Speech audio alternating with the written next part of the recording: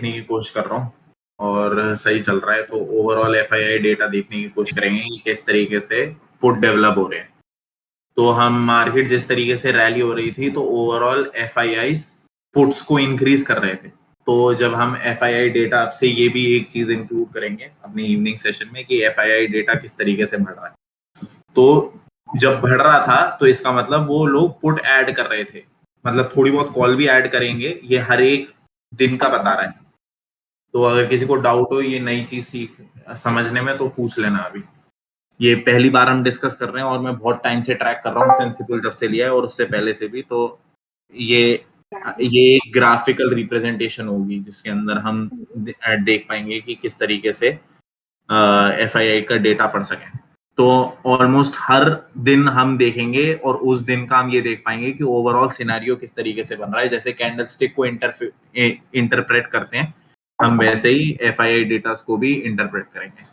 तो overall market जब bull rally लाने वाली थी तो पुट डेवलप हो रहे थे बड़े। एफआईआई का मतलब होता है foreign institutions, to be precise. तो इसके अंदर बता रखा है कि वाई ओनली एफआईआई डेटा, क्योंकि दिस इज बिकॉज डीआईआई जो डोमेस्टिक इंस्टीट्यूशंस होते हैं do not have much activity in derivative segment.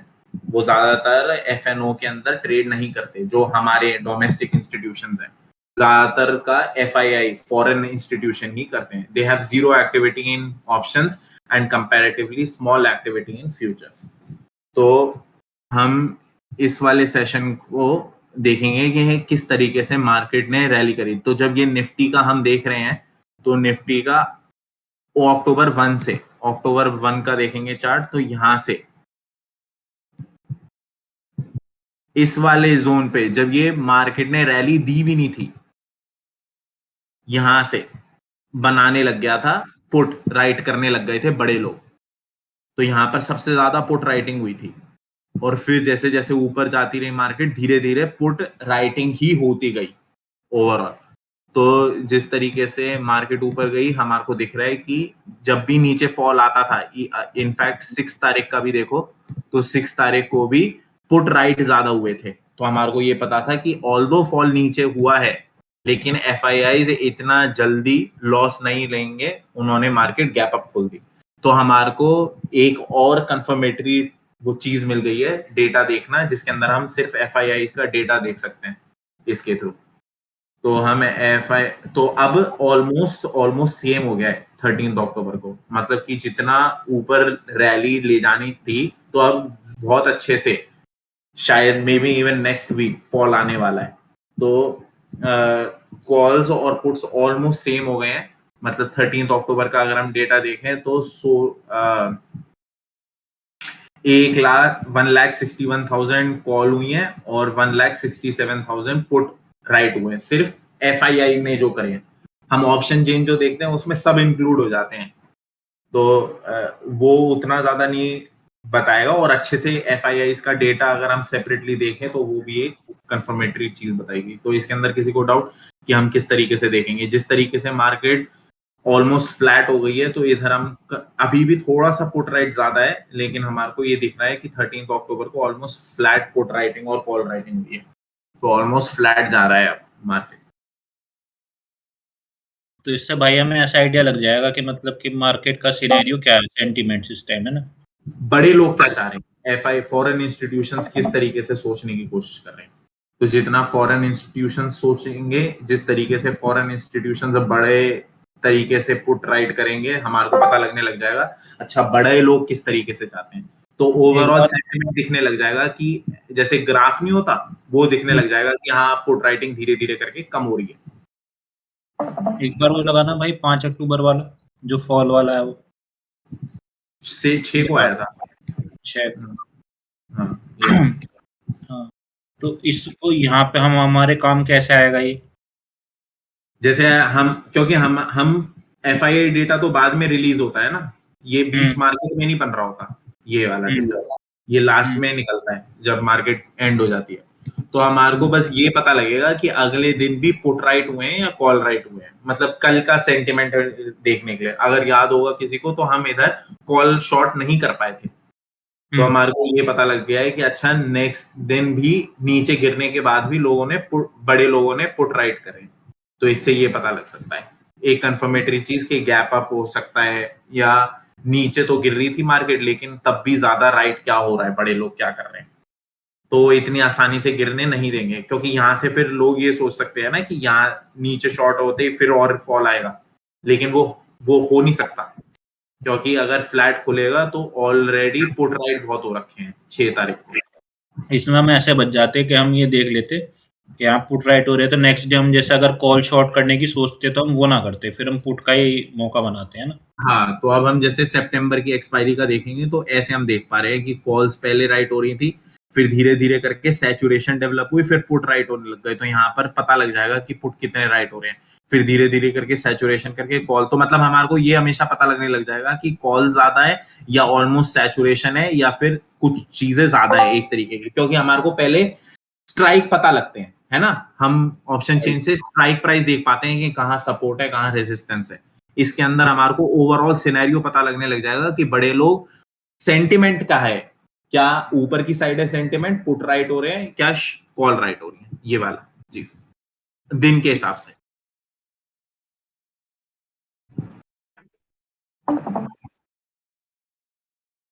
ठीक है, ठीक है। तो जैसे यहाँ पर 29 सितंबर 30 सितंबर को वन साइड पुट राइटिंग हो रही थी, तो ऑल्दो मार्केट नीचे गिर रही है, इधर 30th को नीचे गिरी है, 29th को थोड़ा ऊपर करके, लेकिन हमारे को ये पता लग रहा है कि ये ऑलमोस्ट बॉटम के नियर आ रहा है, क्योंकि जितना बॉटम के नियर आ रहा है उतना पुट राइट होने शुरू हो रहे हैं ऊपर की साइड, तो इससे ये पता लग सकता है। इससे तो बस मेन हमें ये पता चल जाएगा कि बड़े लोग क्या चाह रहे हैं, उनका मन हाँ, क्या क्या है, वो इन्होंने गिराने इक्वल, का है या उठाने का है। हाँ क्या इन्होंने इक्वल की तरफ बना रखा है या फिर इन्होंने वन साइड पोजीशन बना रखी है। एफआईआई एक्टिविटी इसके अंदर कॉल्स के अंदर ज्यादा हो रखी है जो, और पुट्स के अंदर निकले हैं एफआईआई, तो मतलब वो कॉल राइट करके ज्यादा जा रहे हैं कल के लिए, तो नेट क्वांटिटी कॉल्स के अंदर 16,000 करी है और पुट्स के अंदर 14,000 निकाले हैं पुट, तो तो ओवरऑल ये कॉल्स डेवलप कर रहे हैं धीरे धीरे करके, तभी कॉल्स की वैल्यू ज्यादा बढ़ी है, ये रही, ये पहले पुट की वैल्यू थी, पुट की वैल्यू इस कॉल्स की वैल्यू इस दिन क्या थी, इस दिन थी 14,000 14,568, है ना, और 14 से 5,638 से 16 हो गई है, तो इसके अंदर ऑलमोस्ट 13.8 ओआई का चेंज आया है परसेंट। तो अगर कल हम चाहते हैं कि मार्केट फ्यूचर्स, कम हो। हाँ ओवरऑल एफआईआई पर ही फोकस रखना होता है ऑलमोस्ट, तो हम एफआईआई डेटा के थ्रू ये निकाल सकते हैं, बाकी अगर हम ऑप्शन चेन देखें, पोजीशन में सबसे आखिरी में बताऊंगा क्योंकि कुछ गलतियां हुई हैं आज मेरे से, उसे एक्सप्लेन करना और उसे वर्कआउट करना इम्पोर्टेंट है, तो 38,100 पर भी बहुत ज्यादा कॉल राइटिंग पुट राइटिंग हुई है, 38,000 पर भी हुई है, तो सबसे बड़ा लेवल 38,000 माना जाएगा क्योंकि ऑलमोस्ट 10 लाख ज्यादा इसके अंदर हुआ है, तो 18,000 पर हाँ वही मैं सबसे, कह रहा हूँ, निफ्टी चल रहा है।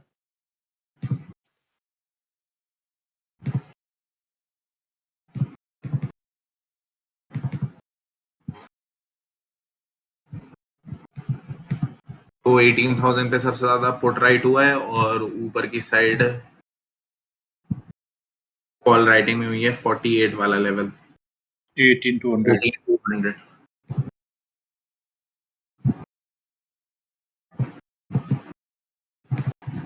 इस रेंज में रह सकता है मार्केट ऑलमोस्ट।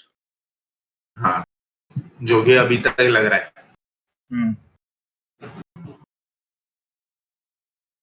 किसी को ये वाला डाउट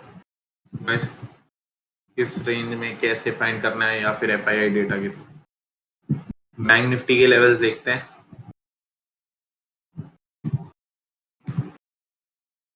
इसके अंदर सबसे ज्यादा यही दिखा रहा है 38,000, इसके बाद है, लेकिन इसमें नेगेटिव वाई चेंज है। 38,500। हाँ 38,500 ही माना जाएगा। तो बैंक निफ्टी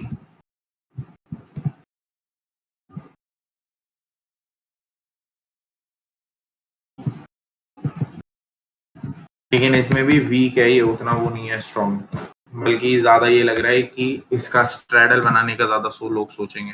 स्ट्रेडल ही है भाई इसका। 38,500 का 38,500। 12 है और ये 14 है। हाँ तो इसका स्ट्रैडल बन रखा है। और ऊपर की साइड 38,000 है और नीचे की साइड है 16 के लेवल पर 39,000। तो मतलब 38,500 का स्ट्रैडल क्रिएट हो रखा है।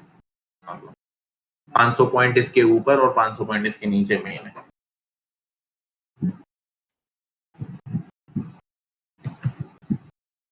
ओके, ग्लोबल मार्केट्स ऊपर की साइड दिखा रही है, तो हम ऊपर का सिनेरियो लेकर चलेंगे। जिस तरीके से मार्केट दिख रही है, तो बैंक निफ्टी जैसे चार्ट खुला हुआ है, तो मेरा तो प्रेफरेंस यही रहेगी कि मार्केट ने जिस तरीके से डाउन ट्रेंड दिखाया है वो ऐसे दिखाया है। ऊपर की साइड खुला, प्रॉफिट बुकिंग आई, नीचे की साइड ऑलमोस्ट फ्लैट गया ऊपर, फिर वन साइड गो, पॉज लिया मार्केट ने, फिर डिसाइड किया नीचे आने के लिए।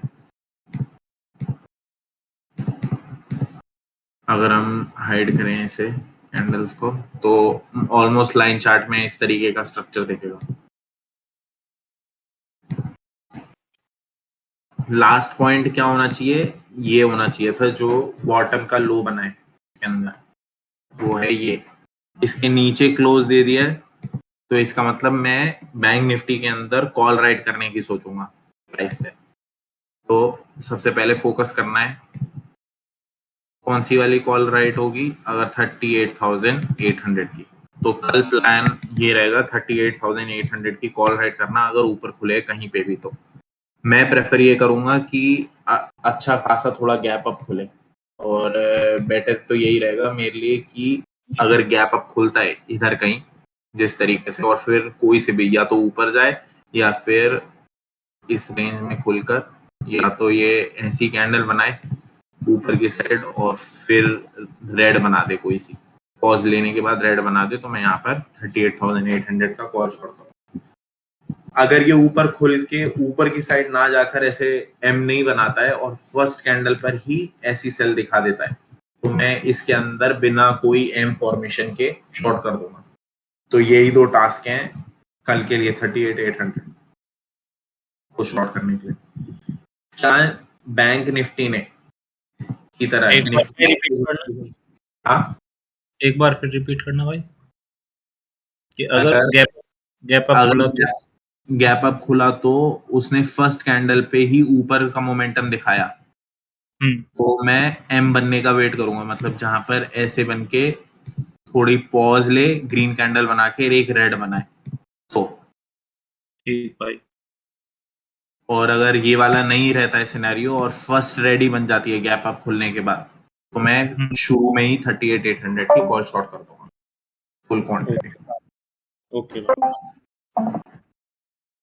ये है मेरा प्लान ऑफ एक्शन कल के लिए बैंक निफ्टी के लिए। अब जैसे बैंक निफ्टी का चार्ट लो, सबको दिख गया है कि मेरा ऐसे है ऊपर की साइड, ये था। और क्यों था इसका, क्योंकि इसने क्लोजिंग लास्ट में आकर नीचे की साइड दे दी है, पूरे जोन में रहा है ये, उसके बाद नीचे की साइड क्लोजिंग दे दी है। तो मैं कॉल शॉर्ट करने के लिए क्यों सोच रहा हूँ प्राइस एक्शन के थ्रू। निफ्टी का चार्ट देखते हैं, निफ्टी क्या ऐसा बना है? नहीं भाई, निफ्टी अभी स्ट्रांग ही है। इसकी जोन क्या रहा है, लोएस्ट, जैसे उसके अंदर लोएस्ट पॉइंट ये रहा है कहीं, इसका लोएस्ट पॉइंट ये नहीं रहा, इसका लोएस्ट पॉइंट यहाँ रहा है, ये दूर दूर तक नहीं है उस जोन में, उसके आसपास भी। तो निफ्टी ने फुल पोजीशन ऊपर की साइड दिखाई है। तो इसके अंदर क्या होता है, अगर निफ्टी ऊपर की साइड रहता है तो मैं इसे हटा दूंगा, मतलब इसे इस पे ट्रेड लेने की नहीं सोचूंगा, अनलेस कि ये ऐसे मुड़कर प्राइस दिखाने लग जाए और बेंड हो जाए प्राइस। अगर ऐसा प्राइस बेंड हो जाता है तो फायदा है। अगर ऐसा प्राइस बेंड नहीं होता है तो कॉल शॉर्ट कल निफ्टी की नहीं होगी, क्योंकि मेरे लिए निफ्टी अभी भी अप ट्रेंड टू साइडवेज है। किसी को डाउट कि मैं इसके अंदर कॉल क्यों नहीं शॉर्ट करूंगा और उसे क्यों करूंगा? नहीं भाई। पोजीशंस के अंदर देखते हैं, तीनों चीजें डिस्कस हो गई, डेटा डिस्कस हो गया है, ग्लोबल मार्केट सिनेरियो अपवर्ड का है तो हमने उसके रिलेटेड प्राइस फॉलो कर लिया, और कल का ये पोजीशंस मैं यूजुअली हमेशा स्टार्ट में बताता हूँ, लेकिन ये चीज आज इंपॉर्टेंट बतानी इंपॉर्टेंट है क्योंकि मैंने जो आज लॉस लिया है वो प्योर और प्योर मेरी गलती की वजह से लिया है, और मैं उस चीज को एक्सप्लेन करके जिससे बाद में वो होना गलती। तो हुआ क्या सिनेरियो कल का, निफ्टी ने ऐसे पोजीशन बनाई थी। अच्छा है ट्रेड बैंक निफ्टी का, तो मेरे को पहले निफ्टी भी एक्सप्लेन करना चाहिए। तो नीचे आ रहा था मार्केट, फिर उधर से रिवर्सल दिखाया और ऊपर की साइड जाने लग गया। मैं इधर कंफर्मेटरी हो गया था अराउंड 2 o'clock की कैंडल के करीब कि ये अप ट्रेंड बन गया है। तो अगर अप ट्रेंड बन गया है तो मेरे को एक अच्छी रिट्रेसमेंट का वेट करके ऊपर की साइड दिखना है। इसने उसी लेवल पर होल्ड करके ऊपर की तरफ दे दिया, ऐसे कोई अच्छी खासी रिट्रेसमेंट दिखाई नहीं।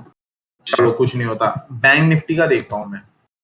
बैंक निफ्टी का चार्ट देखो कि गलती कहाँ हुई और मैं क्यों फियर के चक्कर में मैंने आज कैसे मिस्टेक करी है। तो सबसे बड़ी प्रॉब्लम इसके अंदर क्या हुई, ये मार्केट जैसे वो होल्ड करके नीचे जा रहा था, ये होल्ड करके स्टिक कर रही थी अपनी जगह। जैसे पूरे पूरे टाइम यही हुआ है, ऑपोजिट वर्क करेगा इस हफ्ते।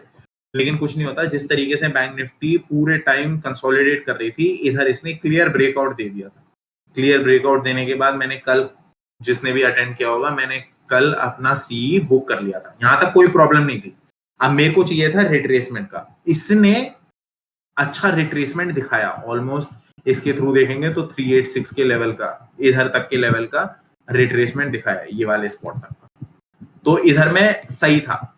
लेकिन हम इधर की 1 मिनट की कैंडल्स अगर देखें और 5 मिनट की कैंडल देखें तो लास्ट में आके ये वैसे रेड बना रहा था, लास्ट में आके ग्रीन बना दी इसने। तो टेक्निकली मेरे को यहां शॉर्ट करना चाहिए था। अब एक्चुअली दिस इज 330, तो मैं मार्केट आवर्स के बाद तो शॉर्ट नहीं कर सकता, तो मैंने इधर का प्लान था कि अब ये चीज मिस ना हो जाए। अब इवेंचुअली मैं इस हफ्ते नहीं ले पाया हूँ अच्छी ट्रेडिंग, अच्छे पैसे नहीं आ पाए हैं, ऑलमोस्ट वन फ्लो मार्केट गई नहीं है और कंफ्यूजन बहुत क्रिएट कर रही है, तो इस हफ्ते नहीं बन पाए हैं अच्छे पैसे, इवन लॉस ही है। तो उस चक्कर में इधर जो मेरा प्लान था वो रेड का था, लेकिन आते आते ये ग्रीन बन गई लास्ट में। और जब ये लास्ट में ग्रीन बनी तो सब कुछ बेकार सा हो गया, क्योंकि यहां पर मेरे को पुट शॉर्ट करना चाहिए था, जो कि मैं नहीं कर पाया। चलो कुछ नहीं होता। मेरा प्लान क्या होना चाहिए था कि इसी सेम स्ट्राइक प्राइस का लिमिट लगाकर मैं छोड़ दूं। तो मेरा जो भी प्लान था, जैसे ये था 38,200 का या 38,100 का, जो भी मेरा स्ट्राइक था प्लान, मैं उस स्ट्राइक का इस प्राइस पर, जो इस कैंडल का क्लोजिंग प्राइस है, उसका लिमिट लगाकर छोड़ दूं। लेकिन ऐसा नहीं किया मैंने। प्रॉब्लम क्या कहां पर आई कि थोड़ी सी इसने रिट्रेसमेंट दिखाई और मैं इमोशनली हट गया, मतलब ट्रेड के अंदर से, और मैंने सोचा कि ये कहीं ट्रेड मिस आउट ना हो जाए। वो क्यों आया? वो इस वजह से भी आया क्योंकि मैंने इस हफ्ते ज्यादा अच्छा प्रॉफिट बुक नहीं कर रखा। तो ज्यादा बहुत टाइम से अच्छा प्रॉफिट बुक हो रहा था बार बार और कंसिस्टेंटली वो था प्रॉफिटेबल। तो मेरे को, मेरे दिमाग में ये आया कि किसी भी तरीके से ये ट्रेड लिया जाए, क्योंकि 38,200 या 100 के लेवल से ऊपर रहेगी मार्केट। तो मैंने इधर, जो कि ट्रेड था नहीं बिल्कुल भी, एक सेकंड हो गए।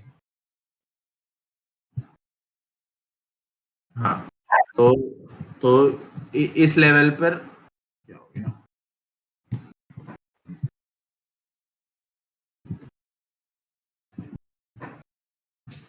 दिख रही है मार्केट, वो दिख रहा है दिख सर? रही है भाई, दिख रही है। ये क्या हो रहा है, एक सेकंड।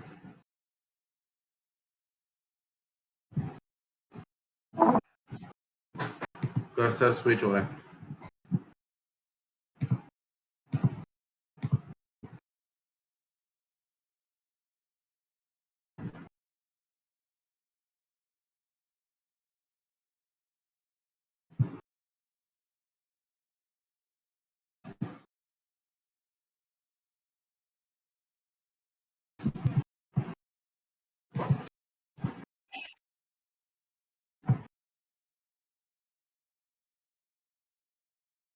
मेरे कर्सर में कोई प्रॉब्लम आ गई है क्या?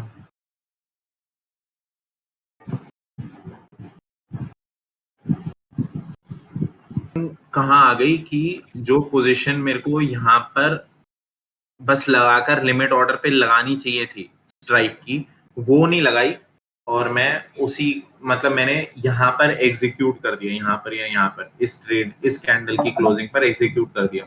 फिर इस कैंडल की क्लोजिंग पर एग्जीक्यूट करने के बाद वो ऑलमोस्ट सारा ही डाउनफॉल दिखाने लग गया, और इस वीक के अंदर मेरा स्टॉप लॉस लेके ऊपर चला गया पूरा।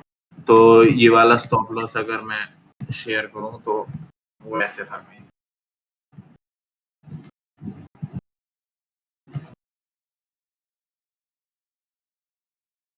वो था ये वाला 38,200p। तो मैंने इसे एग्जीक्यूट किया है एट अ प्राइस ऑफ 67 के करीब किया है, तो इसमें मेरा प्रॉफिट ही बन रहा होता, और वो भी अच्छा खासा बन रहा होता, लेकिन सिर्फ एक नीचे स्पाइक की वजह से ये ट्रेड एग्जीक्यूट हो गया। और नीचे स्पाइक की वजह से नहीं कह सकता मैं, मार्केट की ब्लेम नहीं कर सकता, ये मेरी गलती थी कि मैंने मार्केट ने स्पाइक दिखाया, मार्केट तो जैसे रन करेगी करेगी, लेकिन this was my fault. 38,200p ये बहुत गलत टाइम पे एग्जीक्यूट हुआ था, this should not have been a loss. और ये वाला प्रॉफिट कम से कम 22,000 के करीब होना चाहिए था, जो कि यहाँ पर 20,000 मैंने फालतू में गवाए हैं। तो ये वाला पॉइंट बताना इम्पोर्टेंट था भाई। जैसे अगर हम वो लगा के छोड़ते, जैसे अब मुझे ट्रेड मिस हो गया था, मेरी को हो रही है क्या आवाज? हाँ हाँ, मैं फोन से आता है। आ रही है आवाज।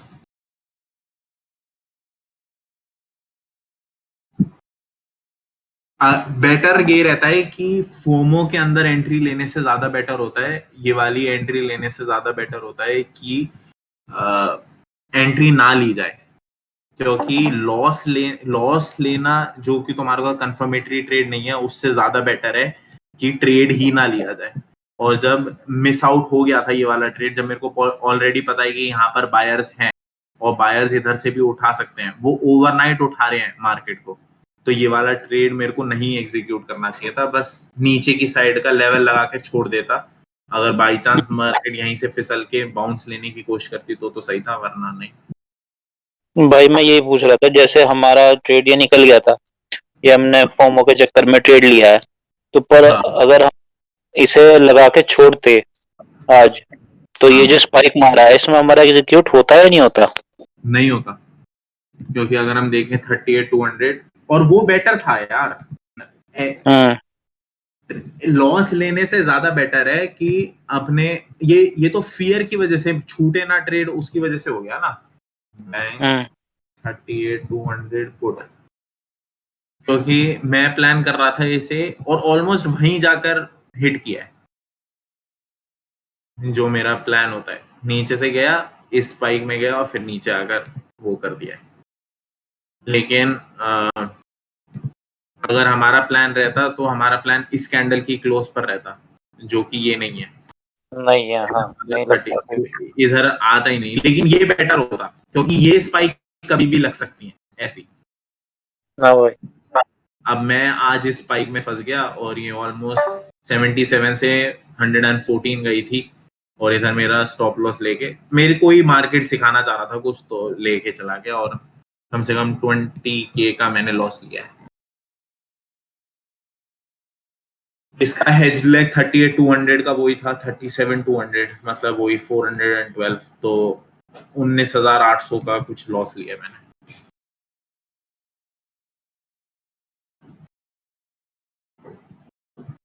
तो आज मैंने ये स्टोरी के अंदर भी पोस्ट किया कि अगर कोई कॉल पे होता तो उसे पता होता कि आज मैंने क्या मिस्टेक करी है। और तो बहुत टाइम बाद हुए हैं मेरे रूल के अंदर प्रॉब्लम, और रूल के अंदर प्रॉब्लम क्या, मेरे खुद की ट्रेडिंग में प्रॉब्लम बहुत टाइम बाद हुआ है, लेकिन अब हुआ है तो हो सकता है, मैं भी ह्यूमन हूँ, लेकिन ये चीज को सबके आगे बताना इम्पोर्टेंट है जिससे वो लोग ना करें।